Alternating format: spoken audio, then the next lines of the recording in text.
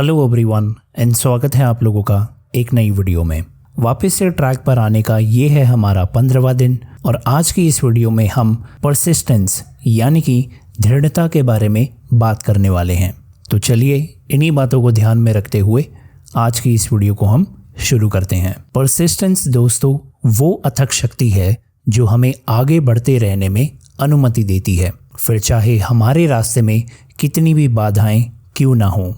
ये सिर्फ कोशिश करने के बारे में नहीं है, ये तब तक बार बार कोशिश करने के बारे में है जब तक कि आप अपने लक्ष्य तक नहीं पहुंच जाते। जिस तरीके से नदी पत्थर को चीरकर अपना रास्ता बनाती है, वैसे ही परसिस्टेंस में हमारे भाग्य को आकार देने की शक्ति होती है। पता है दोस्तों, मेरी जर्नी भी अभी तक कोई आसान नहीं रही है। ऐसे क्षण भी आए जब एक्सपेक्टेशंस, सेटबैक्स और फेलियर्स के बोझ ने मुझे हर चीज़ पर सवाल उठाने पर मजबूर कर दिया। अपनी फिटनेस जर्नी शुरू करना, अपने चैनलों को फिर से रीबिल्ड करना और जीवन की चुनौतियों से जूझना, इन सभी के लिए सबसे ज़रूरी एक चीज़ थी, परसिस्टेंस। ऐसे अनगिनत दिन थे जब मुझे लगा कि मैं फंस गया हूँ, जैसे कि आगे बढ़ना एकदम असंभव है। लेकिन फिर मैंने सीखा कि परसिस्टेंस का मतलब तुरंत रिजल्ट देखना नहीं है। इसका मतलब है कि हर दिन कुछ नया करना, तब भी जब ऐसा लगे कि कुछ भी नहीं बदल रहा है, क्योंकि दोस्तों आगे बढ़ने का हर छोटा कदम मायने रखता है। परसिस्टेंस के ज़रिए ही मुझे वो ताकत मिली जिसके बारे में मुझे पता भी नहीं था, और ये वही ताकत है जो हम सभी के अंदर है, जो बस खुलने का इंतज़ार कर रही है। चलिए आज मैं आपको रतन टाटा जी और उनके परसिस्टेंस के ऊपर एक छोटी सी स्टोरी सुनाता हूँ। हम जब भी परसिस्टेंस के बारे में सोचते हैं तो एक नाम जो सबसे अलग आता है वो है रतन टाटा जी का। ऐसे व्यक्ति जिन्होंने भारतीय उद्योग को परसिस्टेंस, ग्रिट और विजन के साथ फिर से परिभाषित किया है। रतन टाटा जी ने ऐसे समय में टाटा ग्रुप की कमान संभाली जब कई लोग उनकी लीडरशिप पर डाउट कर रहे थे। अपने कार्यकाल की शुरुआत में उन्हें कंपनी के भीतर से प्रतिरोध का सामना करना पड़ा। सीनियर एग्जीक्यूटिव्स ने उनके निर्णयों पर सवाल उठाया, लेकिन वे अडिग रहे।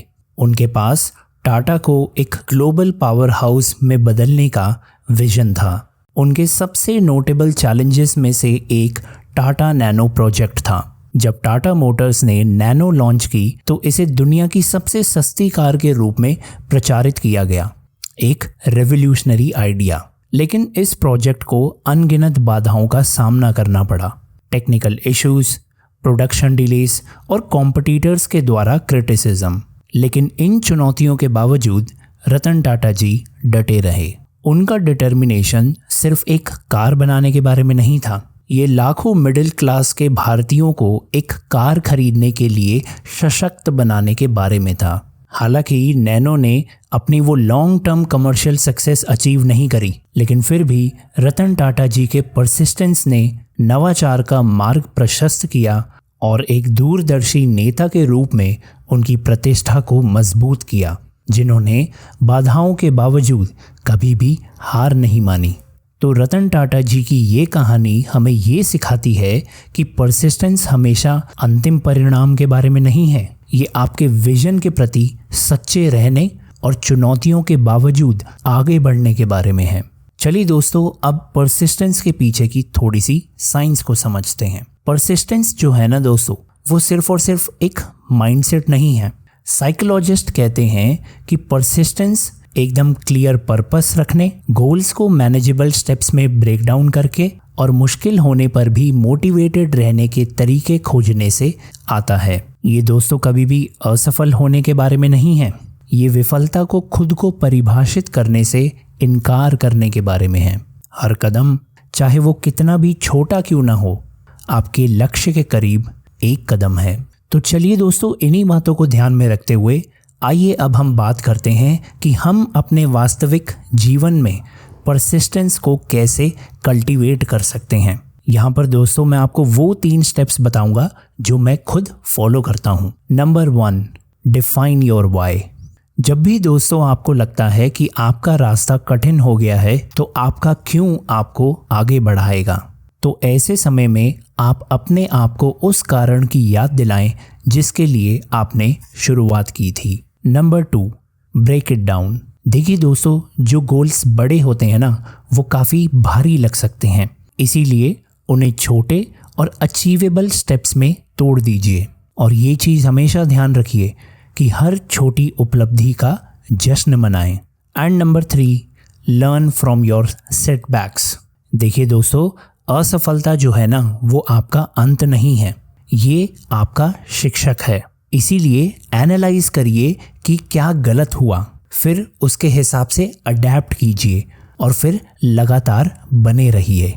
हर असफलता ना वापसी के लिए एक सेटअप है। तो ध्यान रखिए दोस्तों कि परसिस्टेंस वो शांत शक्ति है जो हमें आगे बढ़ने में मदद करती है, तब भी जब हमारे खिलाफ कितनी भी बाधाएं क्यों ना खड़ी हो जाएं। ये बिल्कुल भी हार ना मानने के बारे में है, फिर चाहे यात्रा कितनी भी लंबी क्यों ना हो या चढ़ाई कितनी भी कठिन क्यों ना हो। वीडियो को ख़त्म करने से पहले दोस्तों ये चीज़ हमेशा ध्यान रखिएगा कि आप जो भी प्रयास कर रहे हैं, चाहे वो करियर बनाना हो, अपनी हेल्थ को बदलना हो या किसी सपने का पीछा करना हो, बस ये याद रखें कि रास्ता कठिन हो सकता है, लेकिन परसिस्टेंस आपको हमेशा आगे लेके जाएगा। इसीलिए अपने काम के लिए मौजूद रहिए, आगे बढ़ते रहिए और भरोसा रखें कि आपका हर प्रयास आपको आपके लक्ष्यों के करीब ले जा रहा है। अगर दोस्तों आप प्रयास करते रहेंगे तो आप पाएंगे कि कोई भी बाधा बहुत बड़ी नहीं है, कोई भी सपना बहुत दूर नहीं है, क्योंकि आपके पास अपना रास्ता खुद बनाने की शक्ति है। इसीलिए एक बारी में एक कदम, एक प्रयास और एक दिन में एक बार। इन्हीं बातों को ध्यान में रखते हुए दोस्तों आज की वीडियो में बस इतना ही। अब मैं आपसे कल मिलता हूँ, तब तक के लिए आप लोग अपना ध्यान रखिए। धन्यवाद।